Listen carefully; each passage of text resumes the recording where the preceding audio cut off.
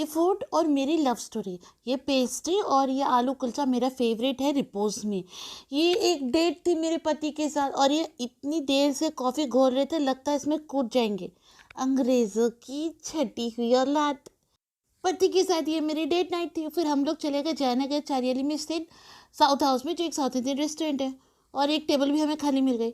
Husband को 45 minutes लगे decide करने में। कुछ डिसाइड कर पाए? नहीं, मैं इसके हिस्से का खाना नहीं खाती। खुश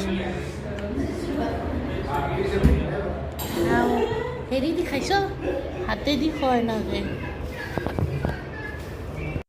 और ये मसाला डोसा पति की प्लेट से चुराते हुए। इसका आलू बहुत टेस्टी था।